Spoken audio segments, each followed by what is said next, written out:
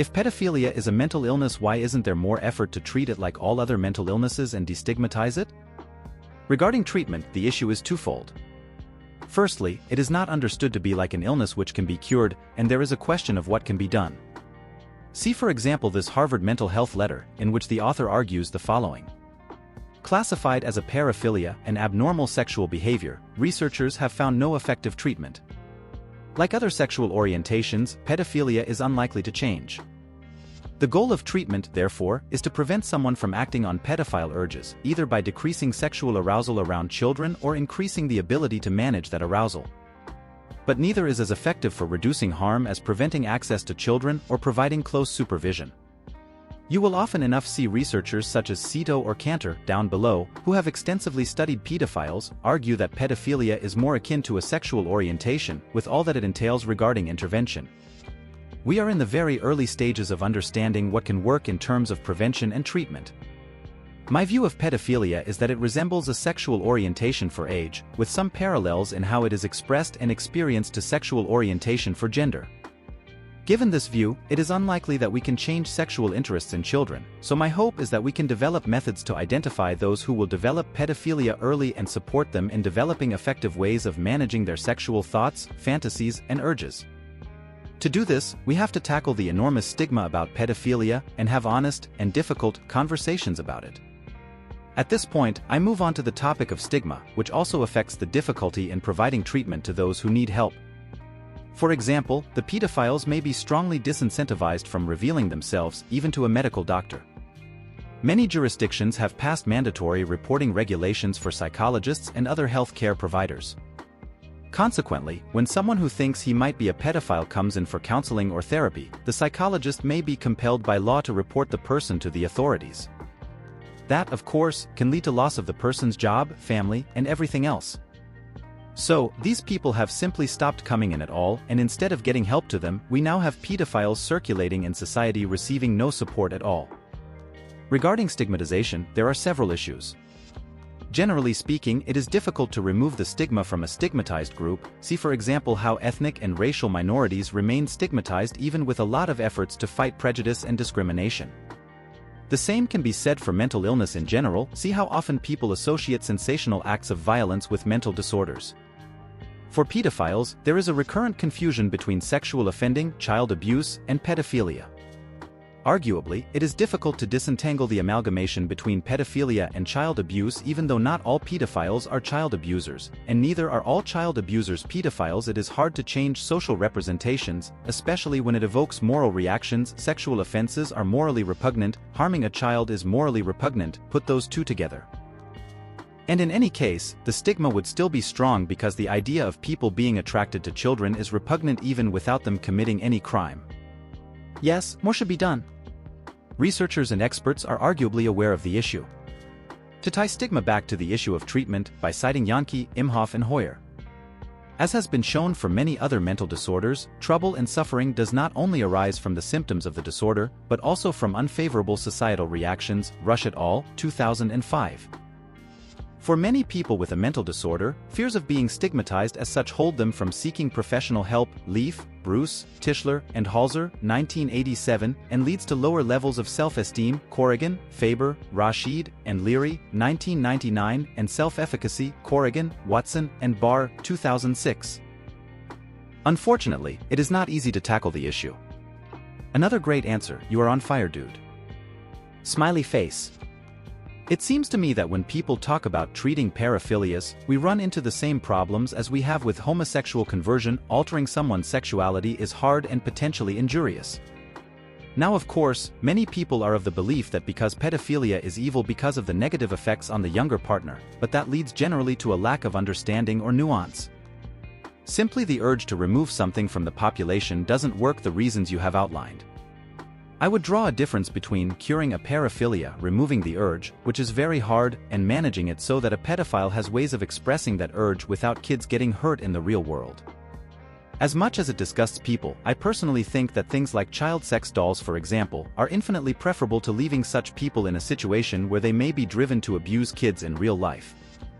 The logic, unfortunately, is inescapable. If we believe that people are born gay, for example, then we are basically saying that sexual preference is intrinsic to the character and not something that should be changed, but this only seems to apply to paraphilias which are within the bounds of social acceptability. I actually know comparatively little about this subject. Is there a distinct difference between those who are attracted to kids versus those who are basically child rapists? There is a tendency to lump these two things together. Although I'm convinced as a psychology student that pedophilia is a behavior that have other causes but have its roots in mental conditions that can be treated, the comparison with homosexual conversion that another user has made is very pertinent because in effort to treat it, like the question suggests, sounds so much like forced treatment. I'm not here to question the morality of forced treatments. Actually, for the children's sake, I honestly would rather have pedophiles being tortured out of it, if it were actually possible. However, forced treatments are known to be ineffective, as mental conditions usually depend on the patient's will to cure. That is probably why there isn't such an effort. I can share my own experience regarding will to cure, because I have personally known at least 2 pedophiles. There could be more, but these 2 would proudly admit it. One was a neighbor and the other a college classmate. Both used to announce anyone that they were pedophiles, shamelessly saying they would like to abuse children. Neither would admit it to be a mental illness, but something to be proud of. There are common patterns there that seem to elucidate the issue. They both had histories of unethical behavior overall, with abusive relationships, bank frauds, being fired from jobs after accusations, problems with shoplifting, and so on. Thus, despite probably being the original source of the problem, mental illness seems to be in the end but a part of it, because such an illness is likely to be welcomed by a crooked personality, to be used for its own advantage. There isn't any will to change, therefore. That is why it's so hard to deal with pedophilia, and in my view the reason for this opinion that it is not understood to be like an illness which can be cured. Therefore, treating pedophilia like all other mental illnesses, to destigmatize it, just wouldn't work. Being attracted to children is an unnatural psychotic issue, as such a mental illness, but it takes a long way from the ills of the mind to a child being molested. For comparison, fondness for money is not enough to make people steal, nor lust for women alone is able to make a man rape. I suffer of a mild variant of the first condition. I like money, and I'm a lost case on the second. Women are my soft spot, but still I'm not a thief and definitively not a raper. Thus, the problem of pedophilia is indeed more effectively dealt with by taking many fronts. Children must be kept in safety and educated about pedophilia. The justice system must guarantee punishment in case of criminal transgression, and so on, while the health system must of course also guarantee treatment to whoever need it. Having read over most of the comments here, particularly this accurate information. Citing the DSM-5, pedophilia is a sexual focus towards prepubescent child or children, generally aged 13 years or younger, while the ICD-11 limits it to prepubertal children. Prompts this observation: some of the most vexing cases border prepuberty and puberty. Specifically, it is a desire by some men. Males are the offenders in almost all cases to introduce a young person to sex. Of course, that includes gratification for the offender. With young girls, the arrival of menses informs of that time. Worldwide, in many cultures, often in sub-Saharan Africa, such behavior is not deemed abnormal. It often occurs under the guise of child marriage. In particular, it is not deemed pedophilia.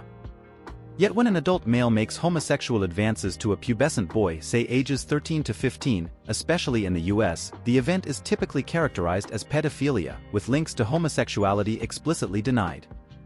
Example: the long-standing flat-out denial that gay Boy Scout leaders would ever look at pubescent boys with lust. Accurate understanding of these social problems is hindered if we allow political correctness to sway our thinking. Worldwide, in many cultures, often in sub-Saharan Africa, such behavior is not deemed abnormal. It often occurs under the guise of child marriage. In particular, it is not deemed pedophilia. To focus on sub-Saharan Africa is problematic, especially when stated as if it is somehow special to the populations of that geographic area. Putting aside the question of the legitimacy of excluding North Africa in such a statement, child marriage is not an alien concept in the USA neither. And if we look at it historically, what about pederasty? And royal families were wont to marry off children. The thing is, childhood is a recent invention. Rousseau's Émile is one of the important contributors to our modern understanding of childhood. We are talking about a few centuries ago. This is not to ignore that according to UNICEF, the highest levels of child marriage are found in sub-Saharan Africa. However, it is not exclusive to countries in that region, and there are caveats. For example, according to this UNICEF report, Child marriage among girls is most common in South Asia and Sub-Saharan Africa, and the 10 countries with the highest rates are found in these two regions. Niger has the highest overall prevalence of child marriage in the world. However, Bangladesh has the highest rate of marriage involving girls under age 15. South Asia is home to almost half, 42%, of all child brides worldwide. India alone accounts for 1/3 of the global total. Yet when an adult male makes homosexual advances to a pubescent boy, say ages 13 to 15, especially in the US, the event is typically characterized as pedophilia, with links to homosexuality explicitly denied. If I understand you correctly, especially considering that example, you are coming from the common prejudicial misrepresentation that child sexual abusers tend to be homosexual. That is not, in fact, the case. It is a problem similar to the confusion/amalgamation between pedophilia and child sexual abuse. Offenders that victimize children are not necessarily, and often are not, pedophiles, and likewise male adults who victimize male children are not necessarily, and often are not, actually homosexual. There is also no proven relationship between homosexuality and hebephilia. Moreover, the research has shown that the sexual orientation of pedophiles and hebephiles is not structured the same way as is the sexual orientation of typical men, teleophiles. In typical men, the sexual orientations are very far apart. In pedophilic and hebephilic men, however, the sexual orientations are much closer together. Morphologically speaking, male adults are very distinct from female adults, whereas male children are much less distinct from female children. The last observation by Cantor is an important piece of the puzzle to understand the issue, plus what researchers in general have found about how these sexual offenders are rather opportunistic.